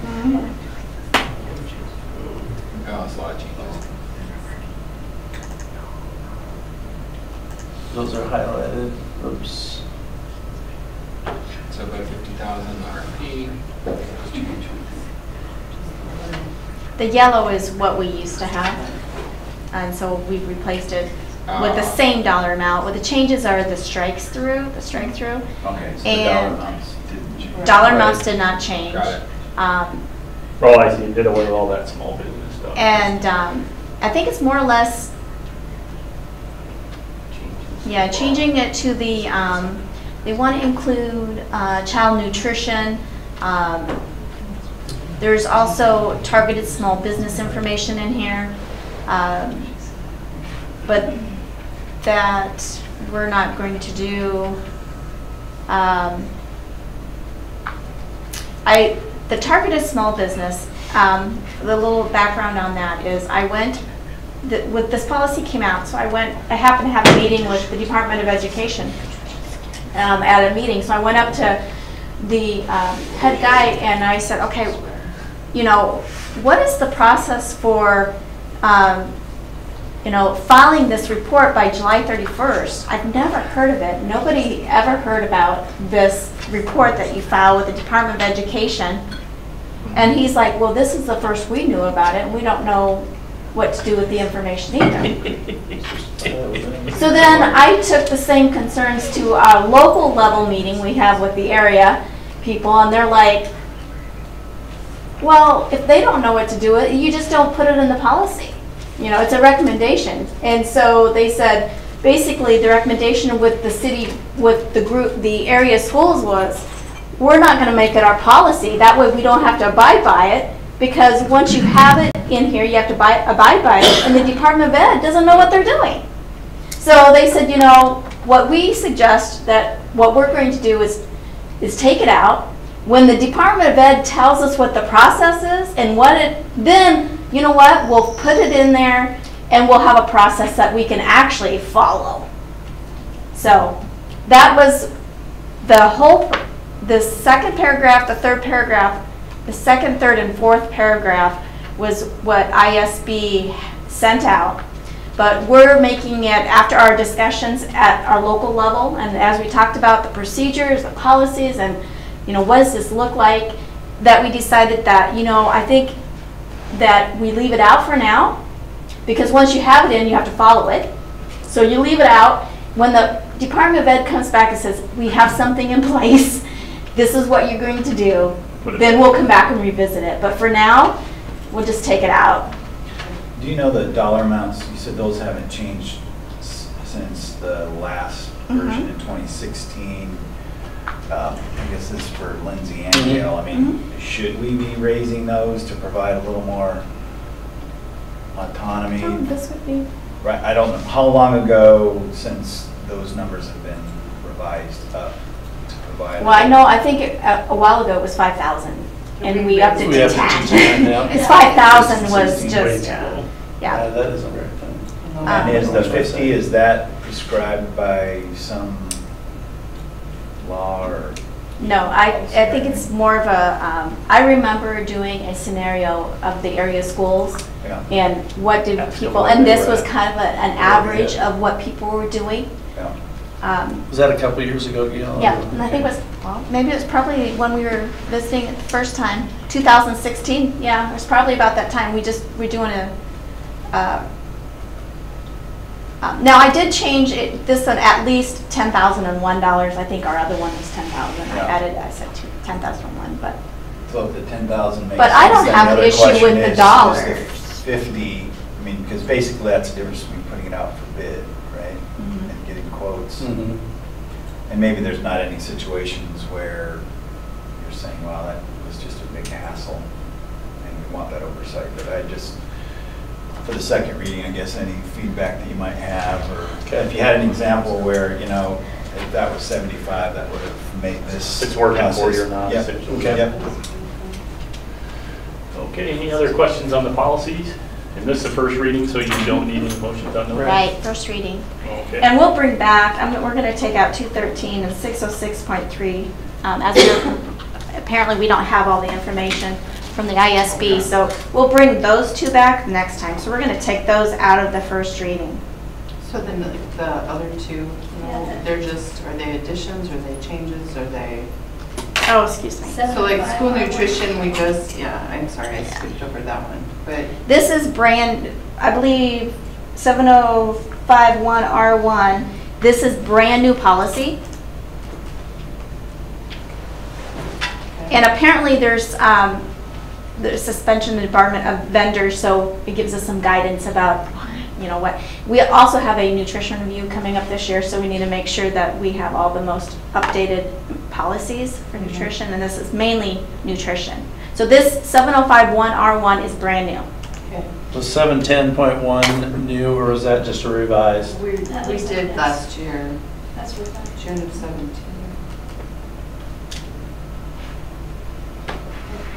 Or approved revised. You don't have that. Yeah, this one we'll have to bring back too. I'm sorry about that.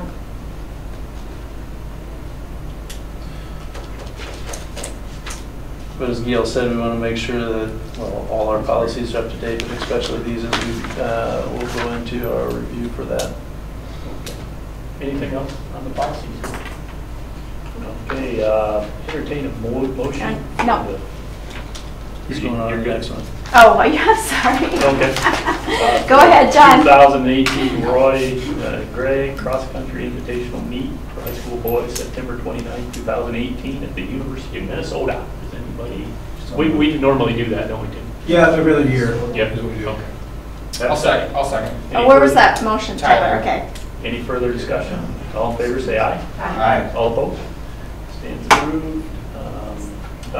This claim aid letter, that looks like a pretty good idea. Well, let me give you some history on, when I came to Gilbert, we currently participate in a service that is out in Pennsylvania. And I know I was frustrated with support, with questions, and not receiving as much help that I thought we should receive.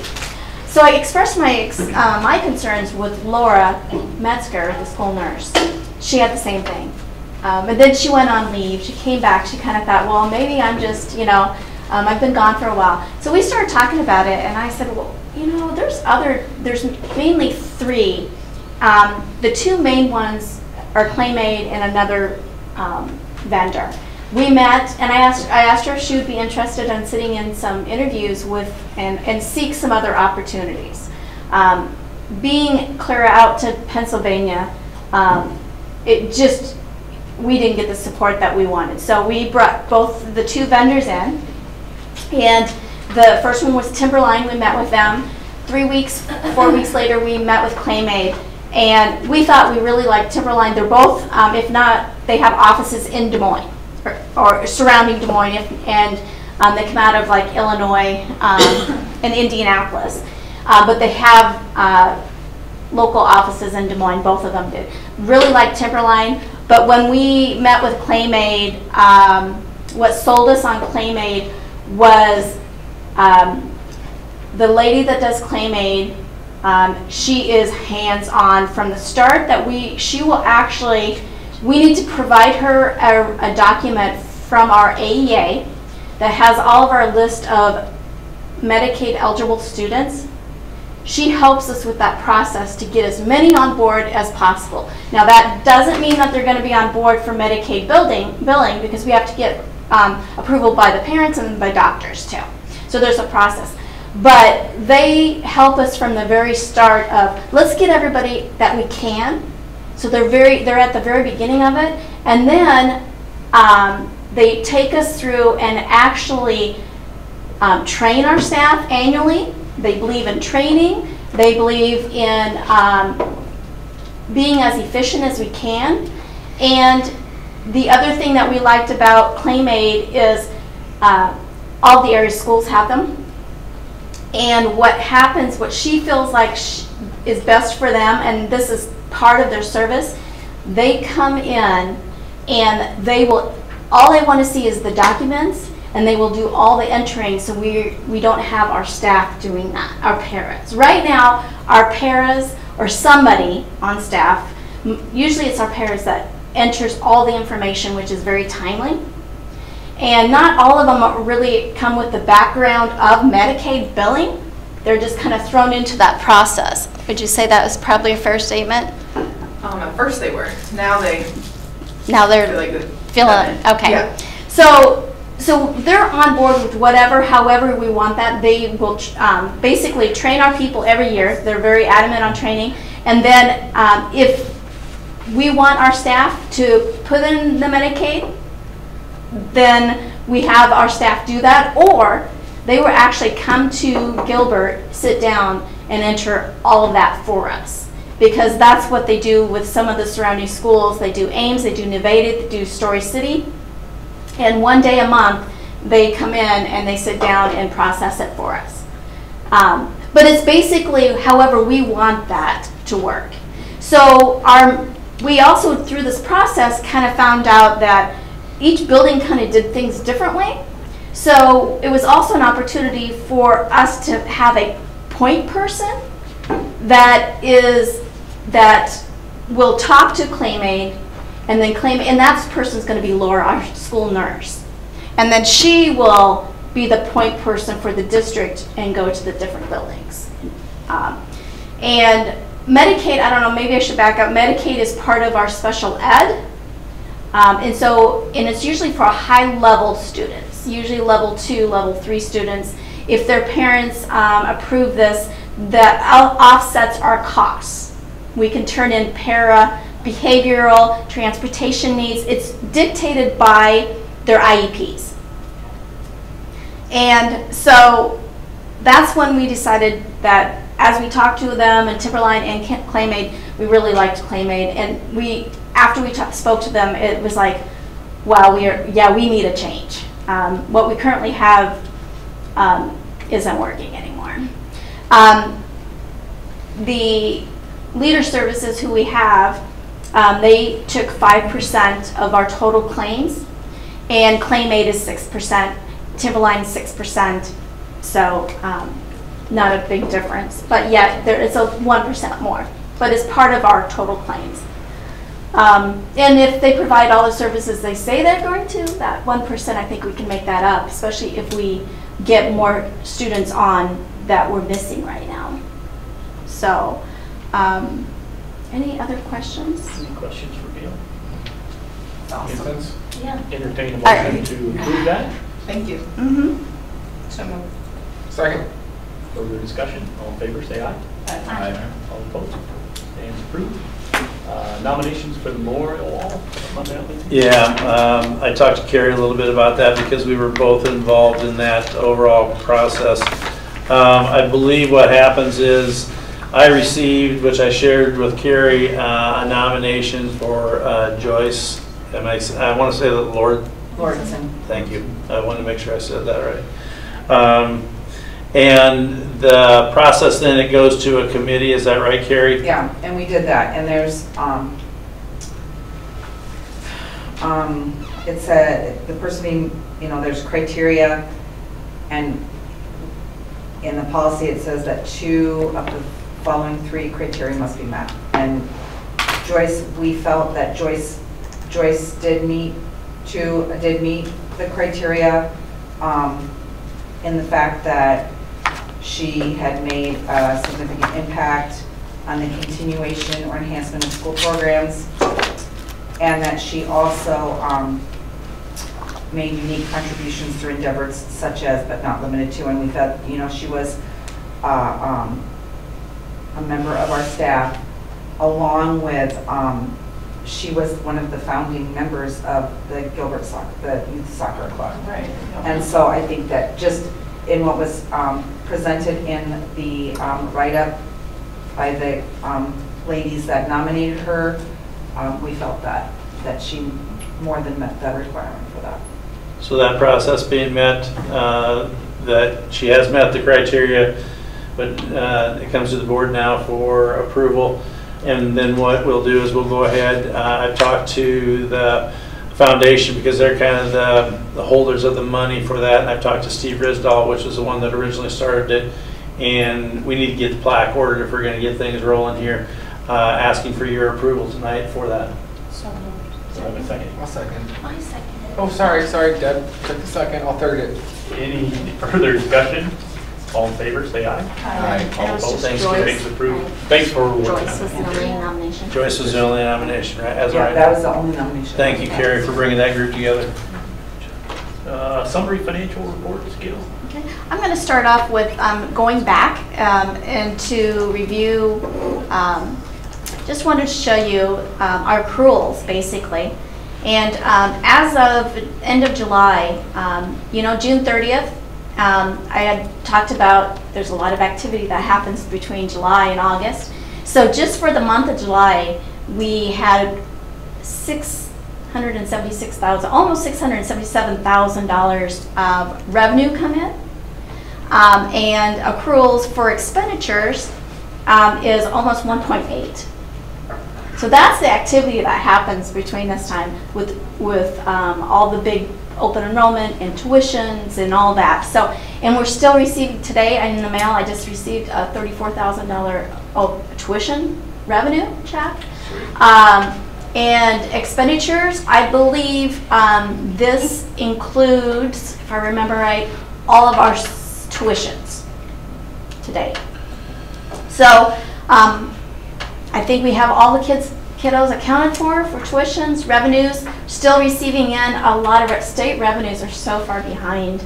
And so with that, you can see that our year-to-date revenues were $366,000 below budget than where we should be, and that's probably on the second page. But yeah, we're right year-to-date we're $366,000 below where we should be. Looking at taxes, levy on property, and utility replacement, those two, they kind of zero out. So I think that's mainly maybe budget-wise. I have more in one area, and I'll look at that next year for budget. I'll reevaluate that after all the revenue's in. But this tuition and transportation, this 201, that's below budget, but that's still tuitions coming in, like I mentioned. So just people are slow paying their bills for tuition. And then the expenses today are expenditures are 15,000. Oh, that was up there. 15.6 million, and that is running $892,000 below budget year to date. But I hold my breath because one bill that we weren't anticipating the timing of things. So, but that's where we are, and I'll bring this back again next month, because that should be, next month should be the cost, the revenue should be done, and the expenses should be done. So we'll bring it back. But I wanted to show you that basically the activity that happens in the accrual time. And then for the month of July, very little that's going on. So I wanted to talk more about actuals, because we don't have a budget in place yet, and we won't do that until the end of September, 1st of October, we'll get our budgets in. What I do is I run my first payroll, and then that is automatically streamlines into my budget on a monthly, and that just feeds into my budget. So it's really important to get that first payroll done in September. And I have pretty much the line items done, but to actually finalize everything, I have the payroll's the big piece of the budget. So for right now, I just want to just report on our actuals for the month of July. And very little revenue, as you can see, $3,000 whole dollars. And our expenditures, mainly salaries and plant and operations, as you can see, is $277,000 for the month of July. And then the revenue I wanted to show on our cash on hand. As a board, you should know how much is in our bank accounts, so I'm reporting that out. Wanted to show up the investments. We had $10 million hit our bank account on July 20, it was Rag Bright Day, July 24th. And so in capital projects, our local bank has almost 3.9, and ISJIT is at 6 million. And that's where we put that. Plus, I have, our ISJIT is giving us a higher percentage rate, so we will probably expense out and use the revenue at our local bank first, and then leave the higher interest rate money in the investments. So, and our PEPL, we've had July 31st. We've had some activity. As you can see, is the I did summarize that in the bus came in. The other thing that happens, of course, the construction, but we have the PEPL, and the main thing that happens in the PEPL is not only the bus at $99,000, but computer licenses and software, everything hits July 1st. So we almost had a quarter, almost $25,000 in just computer licenses and that we ran through there. Some others, the activity, we are reviewing that, and the nutrition, the only thing I'm going to report on the nutrition is doing I'm going to reduce this down here so we can see it. So it's a timing of people paying their, putting money in their new year accounts, so that's going to equal out as it goes on. But our cash on hand, I think, is the biggest story I want to tell here. Is as of a year ago, we have a difference of $78,000 cash on hand. Now, with that being said, we have to replace some equipment. Today we had the new nutrition director came in, and he's purchasing a kettle. I don't know, it's a tilting kettle or something, I'm not sure. But anyway, and that's going to be about $15,000. But we have the money, so he needs to replace some equipment, and that's going to be here at the intermediate. He didn't like what we currently had, so this is going to be a more safe option. Any other questions, concerns? Thanks, Gail. This would be a deal where if we had anyone here from the public, we would have feedback in from the items that we just talked about. With that, we have the consent agenda. Is there any items, any of the board members would like to pull off for the consent agenda you'd like to have discussed? Entertain a motion to approve the consent agenda. So moved. Do I have a second? Second. Further discussion. All in favor, say aye. Aye. All opposed? Stands approved. You can see on there, we have kind of the calendar laid out there. Appreciate you putting that on the agenda. Oh, the August 14th is actually August 13th right now. Does any of the board members have anything that needs to be added to the kind of our calendar of dates here? Yeah. No? Everybody good? Yep. All right, entertain a motion to adjourn. So moved. Got a second? Second. Any further discussion? All in favor, say aye. Aye. All opposed? We stand adjourned. Thank you guys for the extra effort coming in for the work session. Really appreciate it. It's a good Thanks for session. doing it all in one night. Yeah. That's helpful. We're doing this whole thing off. You want to hit that? I think she's got it, Brad.